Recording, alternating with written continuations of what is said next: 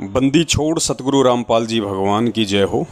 परमपिता परमेश्वर पूज्य गुरुदेव जी की आप सभी प्यारी आत्माओं को मुझ पवन दास का सत्साई भगत जी, आपकी जो शंका है या सवाल है वो ये है कि भगत जी अब तो हमें समझ में आ गया है परमेश्वर के ज्ञान आधार से और साध संगति से सारे सबूत और प्रमाण देख के कि भाई धरती पे स्वयं सतगुरु रामपाल जी महाराज जी के चोले में वो कबीर परमेश्वर मौजूद है, प्रकट है।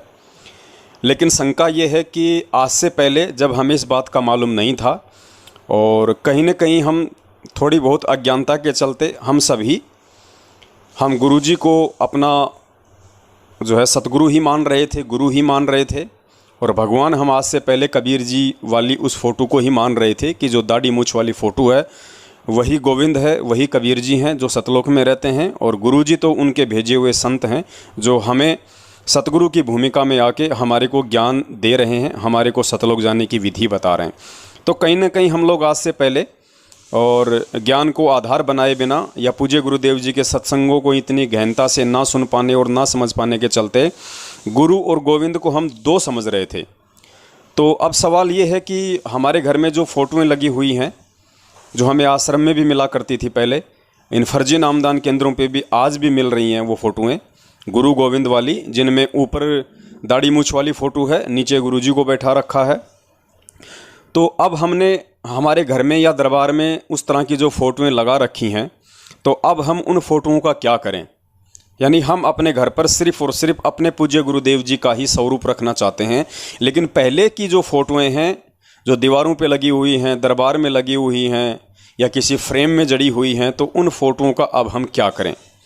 देखिए भगत जी, सिंपल सी बात है, गुरु गोविंद दो नहीं भाई, दो समझे वो दो जग जाही। और वैसे भी परमात्मा ने हमें गीता जी का संविधान पढ़ाया है कि एक आत्मा के दो पति नहीं हो सकते हैं। दो पति वाली आत्मा जो है वो पतिव्रता नहीं होती है, वो व्यभिचारिणी होती है।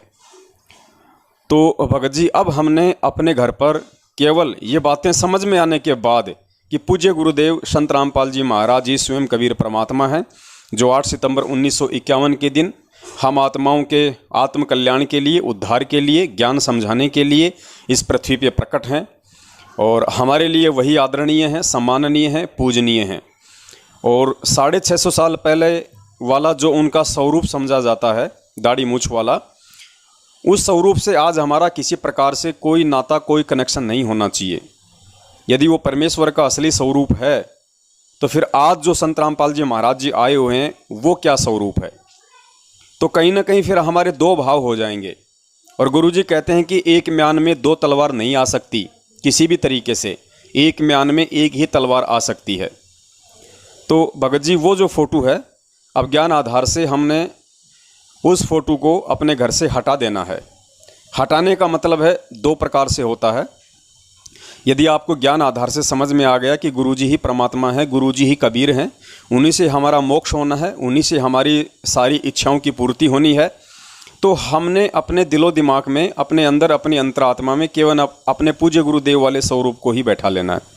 और जब हम अपने पूज्य गुरुदेव के स्वरूप को परमेश्वर मान के अपने हृदय में बैठा लेंगे, तो उसके बाद भगत जी भले ही आपकी दीवारों पे जो फ़ोटोएँ लगी हुई हैं दाढ़ी मूछ वाली वो लगी रहें, उनसे फिर कोई दिक्कत नहीं है। क्योंकि परमेश्वर जीवात्मा के अंदर के भाव देखता है कि इसके अंदर क्या उथल पुथल चल रही है गुरु और गोविंद को लेके।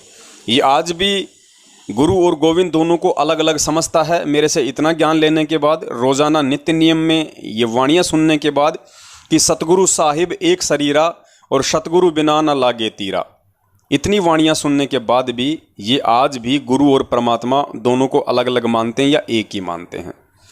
तो जब हमारे हृदय में ये बात समझ आएगी कि सतगुरुदेव जी ही स्वयं कबीर परमात्मा हैं, वो किसी कबीर जी के कोई अवतार नहीं हैं, उनको किसी कबीर जी ने कोई सतलोक से भेजा नहीं है, वो किसी कबीर जी के कोई प्रतिनिधि नहीं है, वो उनके भेजे हुए दास या दूत नहीं हैं, वो स्वयं ही कबीर परमात्मा है। क्योंकि कबीर परमेश्वर के विषय में और उनके सतलोक के विषय में यदि कोई जानकारी इस सृष्टि में दे सकता है तो केवल स्वयं कबीर परमात्मा ही आके दे सकता है। अब रूप वो परमात्मा कुछ भी बना सकता है, संत रूप में आ सकता है, सतगुरु रूप में आ सकता है, किसी भी रूप में आके वो अपनी आत्माओं तक ये तत्व ज्ञान पहुँचाता है। तो जब ये भेद गुरु और गोविंद वाला हमारे दिलो दिमाग से, ज्ञान आधार से हट जाएगा और हम केवल परमेश्वर के रूप में अपने पूज्य गुरुदेव जी को ही देखना शुरू कर देंगे, उसके बाद भगत जी हमने भले ही हमारे घर में फोटोएं लगी हों दाढ़ी मूछ वाली, हमने हटाने की कोई आवश्यकता नहीं है। लगी रहे दीवारों पे, कोई दिक्कत नहीं है। जैसे आज से पहले अज्ञानता के चलते हम ब्रह्मा विष्णु महेश जी, दुर्गा जी या अन्य देवी देवताओं को ही भगवान मानते थे, उनको परमात्मा मानते थे। अपनी इच्छाओं की पूर्ति के लिए हम उन्हीं की पूजा पाठ किया करते थे। लेकिन अब जैसे ही हमें पूज्य गुरुदेव जी से तत्व ज्ञान प्राप्त हुआ, हमने सारे सबूत और ये प्रमाण देखे कि भाई वास्तव में रियल गॉड कौन है, असली भगवान कौन है और कैसे हमारा आत्म कल्याण हो सकता है।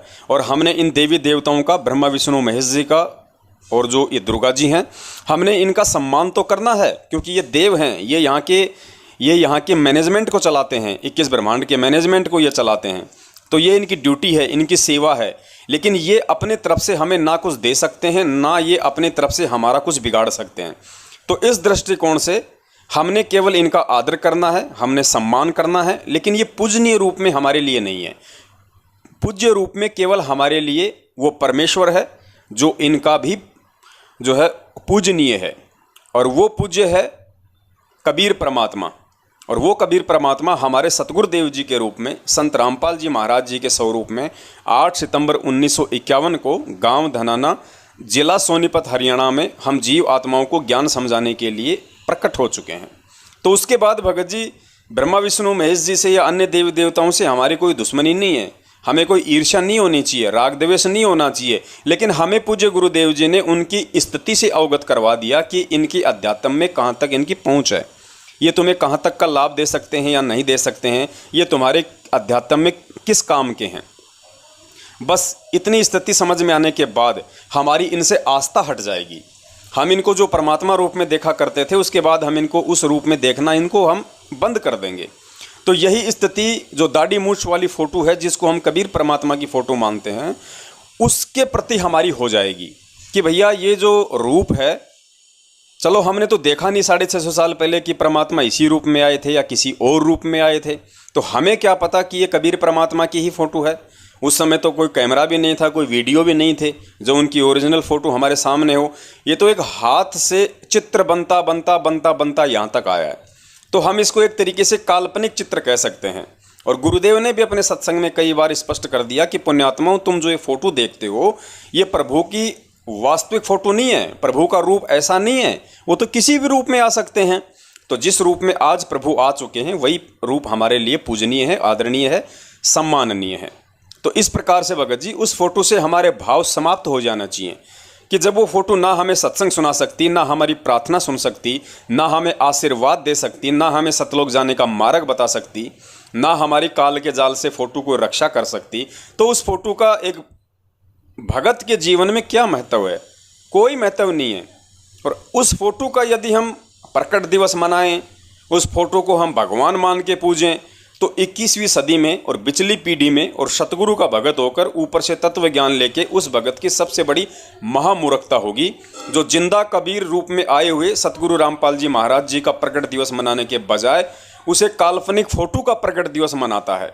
तो उससे बड़ा मंदबुद्धि और महामूर्ख भगत कोई हो नहीं सकता फिर। और तो इस प्रकार से भगत जी उस फोटो से आज हमारे भाव बिल्कुल -0% हो जाने चाहिए। और दूसरी बात, फिर कई भगत, क्योंकि ऐसा है भगत जी, समझाने वाला एक और भ्रमित करने वाले सैकड़ों, लाखों, हजारों जो मैनेजमेंट के पीछे अंधे होके चल रहे हैं, वो कहेंगे भैया फिर गुरुजी क्यों आश्रम में कबीर जी की फ़ोटो को रखा करते थे, गुरुजी क्यों प्रकट दिवस मनाया करते थे। तो इसके बहुत सारे रीज़न है भगत जी, इसीलिए परमात्मा सत्संग करते हैं, ताकि हम गुरुदेव के इशारों को समझें, हम गुरुदेव जी के मन की बात को समझें, उनके हृदय की बात को समझें कि गुरुदेव जी हमें क्या समझाना चाह रहे हैं। देखो भगत जी, अगर गुरुजी इस दाढ़ी मूछ वाली फ़ोटो को आधार ना बनाते, तो भगत जी हम कैसे यकीन करते कि भाई कौन कबीर जी हैं, कैसे कबीर जी हैं। दुनिया वाले विश्वास ही नहीं कर पाते, मान ही नहीं पाते। तो सतगुरु रामपाल जी महाराज जी ने, जो कि स्वयं कबीर परमात्मा है और संत रामपाल जी महाराज जी के रूप में चोले में वो इस धरती पे आए हुए हैं, उन्होंने अपने से भिन्न उस फोटो को एक परमात्मा के रूप में प्रदर्शित करना जरूरी था, आप और हम सभी को समझाने के लिए। और दूसरी बात भगत जी, उस कबीर परमेश्वर के विषय में जानकारी और उस कबीर परमेश्वर का ये तत्व ज्ञान और उस कबीर परमेश्वर के जो ऊपर के लोग हैं, 21 ब्रह्मांड से ऊपर के जो लोक हैं, सतलोक है, अगम लोक है, अलख लोक है, अनामी लोक हैं, उन लोकों के विषय में जानकारी उस कबीर परमेश्वर के अलावा यहाँ कोई दे ही नहीं सकता। क्योंकि यहाँ के जो जीव हैं उनकी बुद्धि इस 21 ब्रह्मांड में जितने भी प्राणी हैं, जितने भी जीव हैं मानव शरीरधारी, उनकी बुद्धि 21 ब्रह्मांड से बाहर है ही नहीं। उनकी सोच वहाँ तक जा ही नहीं सकती। तो 21 ब्रह्मांडों से बाहर जो और ब्रह्मांड हैं, जो और लोक हैं, जिसमें परमेश्वर का लोक आता है, सतलोक आता है, वहाँ की कैसी सृष्टि है, वहाँ पे क्या सुख हैं, तो इन सब की जानकारी हमें कौन दे सकता भगत जी?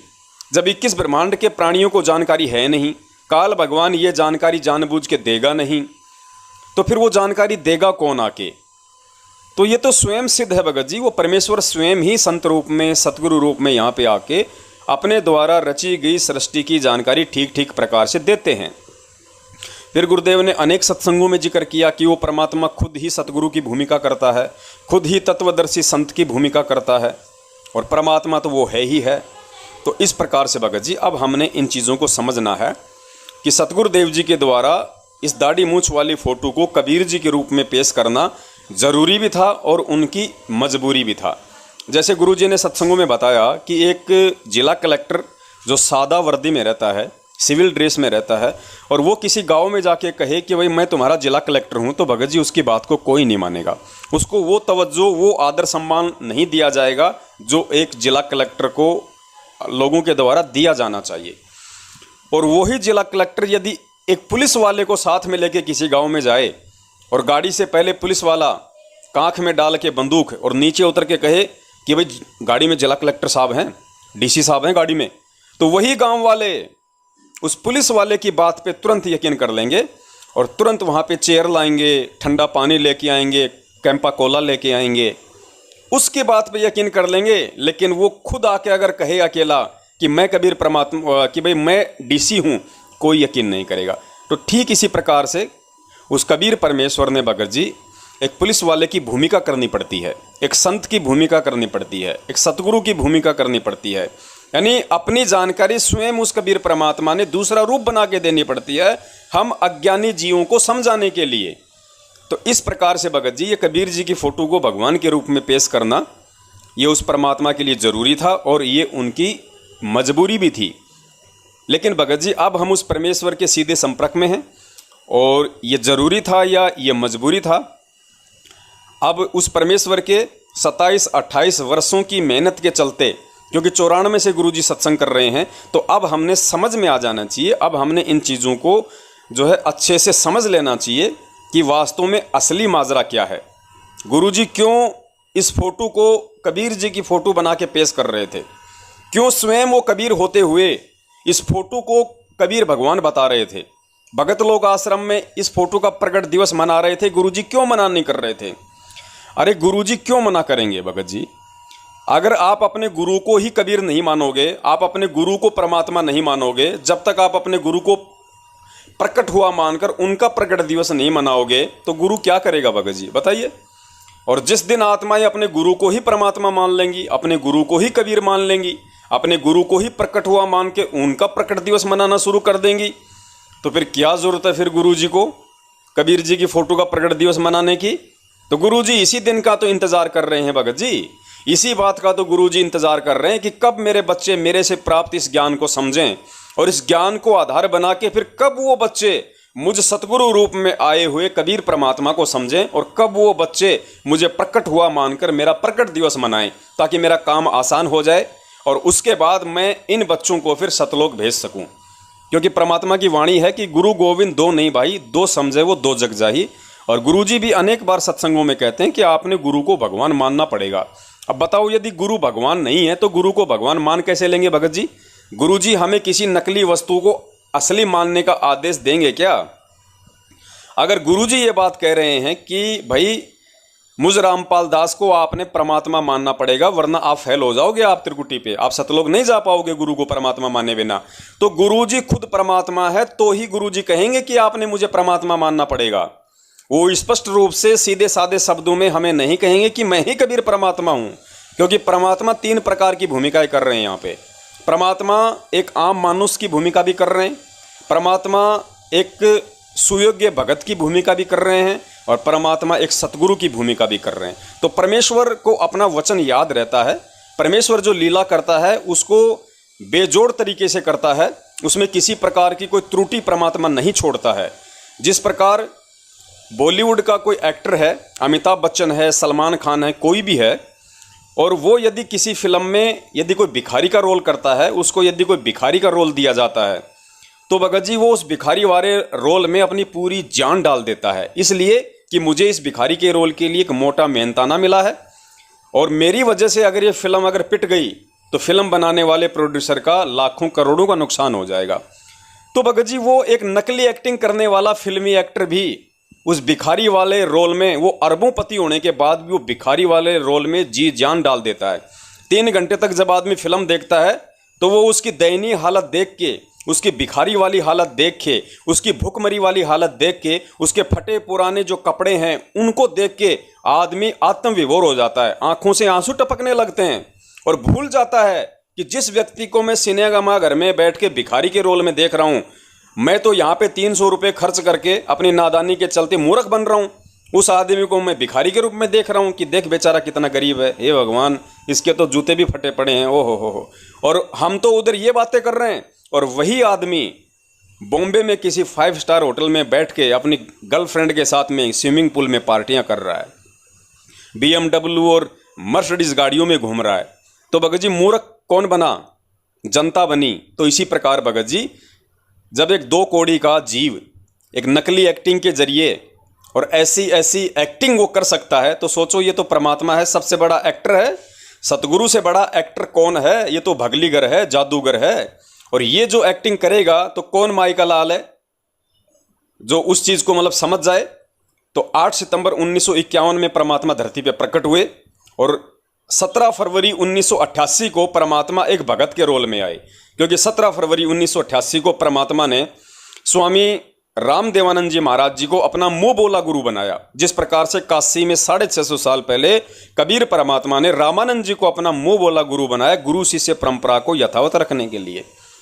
तो 8 सितंबर 1951 से 17 फरवरी 1988 के बीच का जो समय था, जब तक परमेश्वर ने नाम दीक्षा नहीं ली थी अपने मुंह बोले गुरु से, तब तक उनका एक आम व्यक्ति का जीवन था, एक मानुष का जीवन था, आप और हमारी तरह। तो परमेश्वर ने उस लीला को वैसे ही किया, कोई नहीं समझ पाया। परमेश्वर ने 1% भी अपने आप को उस आम मानुष से भिन्न साबित नहीं किया। और 17 फरवरी 1988 से जब 1994 तक वो एक भगत की भूमिका में रहे और 1994 से जब उनको नाम दीक्षा देने का आदेश प्राप्त हुआ लीलामय तरीके से, तो 1994 से आज तक वो परमात्मा सतगुरु की भूमिका में है और साहेब की भूमिका में भगत जी वो गुप्त रूप से है।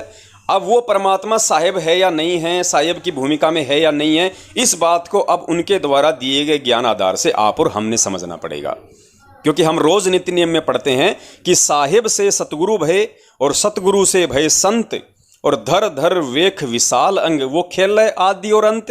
दूसरी वाणी में परमात्मा कहते हैं कि साहेब से सतगुरु भय और सतगुरु से भय साध, ये तीनों अंग एक हैं, गति कुछ अगम अगाध। तो परमात्मा की जो 8 सितंबर 1951 से 17 फरवरी 1988 तक जो मानुष की भूमिका थी, 17 फरवरी 1988 से 1994 तक जो भगत की भूमिका थी और सन 1994 से आज तक जो सतगुरु की भूमिका है, तो ये तीनों अंग एक हैं, गति कुछ अगम अगाध। उन लीलाओं में, उस एक्टिंग में थोड़ा बहुत अंतर है, बाकी वो परमात्मा एक ही है, वो साहिब एक ही है, महापुरुष एक ही है।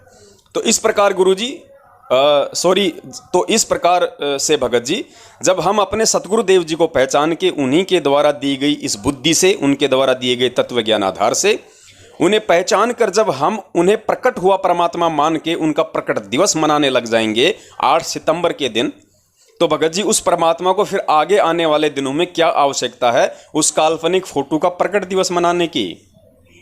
तो ये तो भगत जी परमात्मा ने तब तक किया है, तब तक ही परमात्मा ये करेंगे जब तक उन्हें कोई परमात्मा के रूप में नहीं देखेगा। अब कोई तो खड़ा होगा ना भगत जी, अरे कोई परमात्मा किसी को तो निमित्त बनाएंगे ना अपने आप को परमात्मा साबित करने के लिए। ये सारे फिर ऐसे लकीर पीटते रहेंगे, गुरुजी को गुरुजी मानते रहेंगे, उस फोटो को भगवान मानते रहेंगे और अपना जीवन भाड़ में झोंकते रहेंगे। परमात्मा कहते हैं गुरु गोविंद दो नहीं भाई, और जो दो समझेगा वो नरक में जाई, दोजक में जाई। अब बताओ, तो हमने एक समझना पड़ेगा ना। और एक समझने की प्रक्रिया अब परमात्मा ने अपने सत्सेवक बच्चों के माध्यम से शुरू करवा दी है। और आने वाले दिनों में भगत जी सारी दुनिया उन्हें परमात्मा मानेगी, क्योंकि अब परमेश्वर वो काम करेंगे जो परमात्मा ही किया करता है। कर तो 1994 से परमात्मा वही सब कुछ काम रहे हैं जो परमेश्वर ही कर सकता है, लेकिन अज्ञानता के चलते, सत्संगों को ना समझ पाने के चलते हम उन्हें परमात्मा रूप में नहीं देख पा रहे। ये आप और हम सभी की एक कमजोरी थी। तो इस प्रकार से भगत जी अब हमने वो गलतियां नहीं करनी है जो गलतियां हम उस परमात्मा को ना पहचान के 650 साल पहले कर गए, जो गलतियां 1994 से आज तक हमारे जो बड़े भाई हैं वो कर रहे हैं और मैनेजमेंट के पीछे लग के अंधे होके अपना जीवन जो है बर्बादी की तरफ लेके जा रहे हैं। तो अब हमने वो गलतियां नहीं करनी है।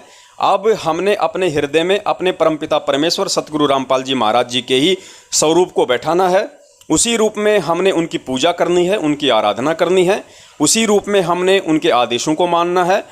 जो दाढ़ी मूछ वाली फोटो है भगत जी, एक सतगुरु भगत के जीवन में उस फोटो का वर्तमान में कोई महत्व नहीं है। और यदि कोई उस फोटो को महत्व देता है तो निश्चित तौर पे भगत जी वो ठगा जाएगा, वो त्रिकुटी पे ठगा जाएगा, क्योंकि काल भगवान ने उस दाढ़ी मूछ वाली फोटो का रूप बनाने का वरदान परमात्मा से मांगा हुआ है। जब परमेश्वर जोगजीत रूप में आए थे प्रथम बार और काल भगवान से भेंट हुई थी, तो काल भगवान ने वो रूप मांग रखा है जोगजीत वाला, और जोगजीत वाले रूप में ही परमात्मा आज से पहले सतगुरु रूप में आए हैं, भूमिकाएं की हैं। तो उस रूप में हम ठगे जा सकते हैं। काल हमें वो दाढ़ी मूछ वाला रूप बना के ठगेगा और बहुत सारी आत्माओं को ठगा भी है। तो अब हमने ध्यान रखना है, ये बातें सभी के समझ में नहीं आएंगी, लेकिन जो सतगुरु प्रेमी आत्माएं होंगी, जो परमात्मा की पिछले जन्म जन्मांतरों की अच्छी सुकर्मी हंस आत्माएं होंगी, उनके हृदय में ये बात समा जाएंगी और वो अपने गुरु को ही परमात्मा मान के अपना जीवन सफल बनाएंगी। तो इस प्रकार से भगत जी, अगर आपने हृदय से, अंतर आत्मा से, ज्ञान आधार से पूज्य गुरुदेव संत रामपाल जी महाराज जी को ही कबीर परमात्मा मान लिया है, उनको प्रकट हुआ मान लिया है, उनके अलावा सृष्टि में अन्य कोई पुरुष, कोई परमात्मा, कोई महापुरुष, कोई संत नहीं है, तो भले ही आपके घर में दाढ़ी मूछ वाली फोटो लगी रहे, हमें उससे कोई दिक्कत नहीं है, क्योंकि हमारे भाव, हमारी श्रद्धा, हमारी लगन, हमारा समर्पण हमारे पूज्य गुरुदेव जी के प्रति है। और फिर भी यदि आप उस फोटो को हटाना चाहते हैं तो आप उसको हटा सकते हैं, कोई दिक्कत नहीं है। आप उस दाढ़ी मूछ वाली फोटो को गोल मोल करके और आप घी के साथ में आप उसको सवा कर सकते हैं, या आप उनको एक जगह समेट के आप उनको कहीं सुरक्षित स्थान पे आप उनको रख भी सकते हैं। ये दोनों ऑप्शन आपके पास में है। और सतगुरु भगत हो तो अपने घर पे केवल अपने सतगुरु की ही फोटो लगाओ, अपने सतगुरु की ही आप जो है अपनी जो फोटो है हमें उसकी पूजा पाठ करनी है, हमें उसी के सामने बैठ के आरती करनी है, मंत्र करने हैं, सुमरण करना है। जो भी हमारी इच्छा है, डिमांड है, प्रार्थना है, सब कुछ हमने उसी फोटो के सामने करनी है। तो इस प्रकार से भगत जी अब हमने सतगुरुदेव जी से इतना ज्ञान प्राप्त होने के बाद अपनी रहनी करनी को, अपनी आध्यात्मिक क्रियाओं को सुचारू करना पड़ेगा। वरना भगत जी क्या फ़ायदा फिर ये अनमोल तत्व ज्ञान लेने का, अगर ऐसे ही हम परमात्मा को दुखी करते रहेंगे। तो भगवान अपनी पहचान करवाने के लिए तो सारे खेल खेलता है, ये तत्व ज्ञान देता है, ऐसी ऐसी भूमिकाएं करता है। सिर्फ ये तत्व ज्ञान इसीलिए दिया जाता है कि संत रूप में आए हुए उस परमात्मा को हम जीवात्माएं समझ लें, बस उसके बाद परमात्मा का काम आसान हो जाएगा। जिसने गुरु को परमात्मा मान लिया, देखो मान तो मैनेजमेंट भी रहा है, मान तो पूज्य गुरुदेव जी के बेटा बेटी, भाई बंधु, रिश्तेदार भी रहे हैं, बोल तो वो भी रहे, रात दिन बोलते हैं परमात्मा परमात्मा। लेकिन भगत जी हमने केवल जुबान से उन लोगों की तरह उनको परमात्मा नहीं कहना, हमने हृदय से परमात्मा मानना है भगत जी, अंतरात्मा से परमात्मा मानना है, ज्ञान आधार से परमात्मा मानना है। क्योंकि परमेश्वर अंतर्यामी हैं, गुरुजी अंतर्यामी हैं। बाहर से हम चाहे कितने ही वचन बोलते रहें, अगर अंदर से हमने जगह नहीं बनाई तो भगत जी परमात्मा हमें रिजेक्ट कर देगा। तो इन बातों का हमने ध्यान रखना है। सत साहिब, जय हो बंदी छोड़ की। बंदी छोड़ सतगुरु रामपाल जी भगवान की जय हो। सत साहिब। मस्तक लाग रही मारे गुरु चरणा की दूर, मस्तक मारे गुरु चरणा की जब ये धूल चढ़ी मस्तक पे, जब ये धूल धूल जा हो गई दूर। मारे गुरु चरणा की दूर ईड़ा पिंगला जा